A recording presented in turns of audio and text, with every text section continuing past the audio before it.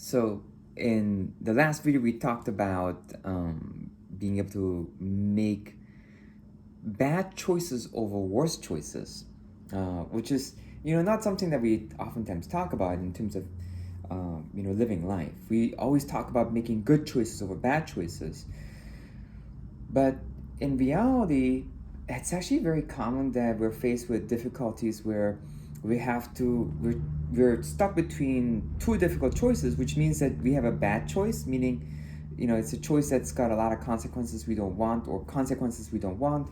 And then we've got another one that also has consequences that we don't want. They both have consequences that we don't want, and those are the only ones that are available to us, and we're trying to choose between a bad choice and a worse choice. And what is a worse choice?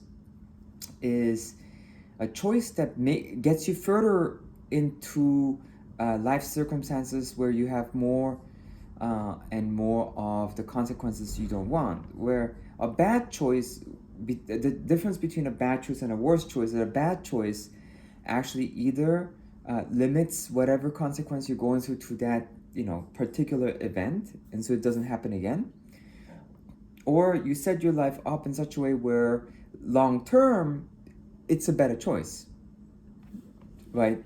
So, and oftentimes we when we say we have to face the truth, the truth shall set you free, practically speaking, what that really means is that you have to choose between a bad choice and a worse choice. And unless you actually really face your fears, and unless you really face the circumstances and really understand what's going on with your life, you can't make the bad choice, meaning as in the choice that's actually better than the worst choice, that's going to eventually give you freedom. It may be painful in that moment, but it may be better. And a good example of that to me is actually like if you're having financial issues and you have debt and you're trying to get out of it, and you're making not enough.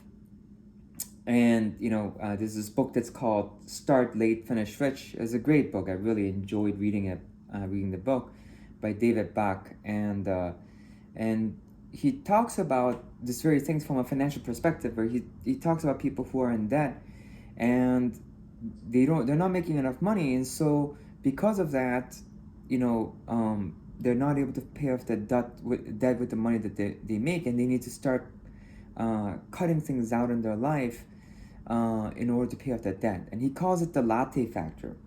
And he calls it the Latte Factor because a lot of people have lattes. It's kind of like the morning joy in life. And he says that people have lattes daily, and these lattes, they cost anywhere between $4 to $5. It's not uncommon for them to actually cost a pretty penny. And if you actually add that up, then that can become quite a bit of money. As a matter of fact, that can add up easily to $100 a month. And he said that by taking out the lattes, if you save, let's say for instance, $4 to $5 a day, in 10 days, that's $40 to $50. And in 30 days, that's $120 to $150. And so that's a good amount of money. So if you actually put that towards your credit card debt, then you start paying it off a lot faster than you think you're going to pay off, and that's called the Latte Factor.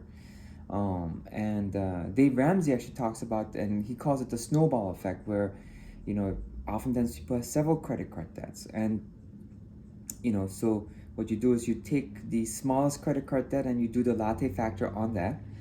He doesn't call it the Latte Factor, but you pay it off, and then you take the money now that you're putting into the first credit card, and then you start taking all that, and then you start paying off the second credit card. And then once the second credit card is paid off, then you take all the money that that you don't have to pay on the second credit card and the first credit card, and you put it on the third credit card, and so on and so forth. So it snowballs, and so it starts going faster and faster and faster, and you start paying off your debt sooner and sooner, and so on and so forth. Now, that sounds really good, but it requires a sacrifice, which is you have to give up your latte. And as I consult with people, this is actually very common, where the person tells me this is the only joy in their life, like to just do this. And said, isn't this self-care, where I give myself a little bit of joy? And there's not a whole lot of good going on in my life, And this is actually what I look forward to. This is like the only thing I look forward to in my day. And then I have to go and face my work, which I don't want to, and then I have more responsibilities after. And this is like the one nice thing I do for my family. And it only costs $4 a day, $5 a day. Do I really need to give this up? Then what's the point? And that is a bad choice and a worse choice. It requires so much sacrifice in the moment. That's not good. But so it's a bad choice, but it sets you up for the future. And long term, you're gonna stop having the worst choice. And the worst choice is basically you get this little bit of freedom or benefit in the moment, but the pain sustains. Your life never changes, and you continue being in debt, and you continue being in pressure, and so on and so forth. So it's like this terrible place. And so this simple thing of being able to make this bad choice over this worst choice, which keeps you in the plight that you're in, that's terrible, and continues the pain, is the worst choice, which has no future long term. And so what you're doing is you're getting small short-term gains, but you lose long term. And a bad choice is you experience pain in the moment, and it seems like you have very few short-term gains, but then eventually you get out of your current pain.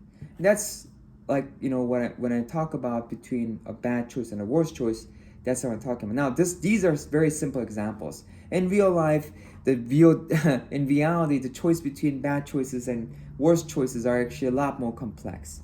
And you really need the ability to be able to manage your pain and sit with it and really comb through it and kind of look at, okay, this has three long-term consequences I don't want. This one has only one. So yes, they're bad, and the impact of this one is not as bad as these three. So I'm gonna choose this one. I mean, it's like that. I mean, real life choices are very difficult. And so oftentimes people call this ability to be able to face these painful decisions grit. The ability to be able to persist through difficulty until you can come out on the other end victorious or successful, where you change your life. So now I think what's really unfortunate is that this concept of grit is oftentimes seen in terms of toughness, the ability to face pain and persist through. And I find that to be very actually inaccurate. And sometimes it is. People sometimes actually have a lot of pain tolerance, have a lot of discipline, or they are genuinely tough. But I like to say that the kind of grit that comes from that, the kind of grit that comes from willpower, the kind of grit that comes from stubbornness, or whatever you want to call that, really has its own cost. And it's not authentic. And oftentimes you persist through when you should really not be persisting through. I've seen a lot of people who have grit, and they're hanging on just because they don't want to lose. I've actually seen people hanging their marriages or businesses because they don't want to fail. The only reason they stay in there is because they don't want to fail, and their health is deteriorating because of the emotional distress that they're in. They're not enjoying life. They're not enjoying the relationship. They're not enjoying their work. And they're just hanging in there because they don't want to lose, because they don't want to give up, and it's for the wrong reasons. They're not trying to make the marriage work.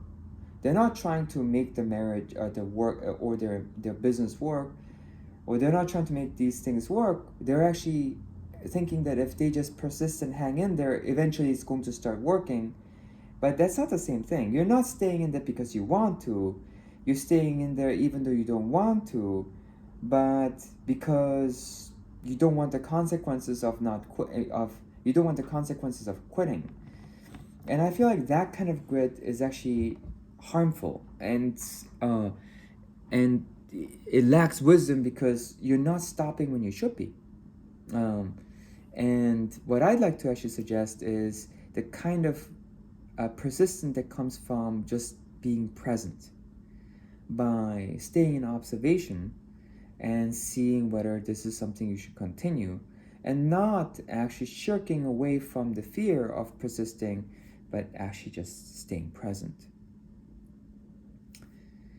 Because when that happens, then you have genuine motivation that arises out of your needs. And so we kind of come back to needs, to be in reality. You're actually pursuing this because you authentically want it, because this is the right thing to do, not because you don't want to quit.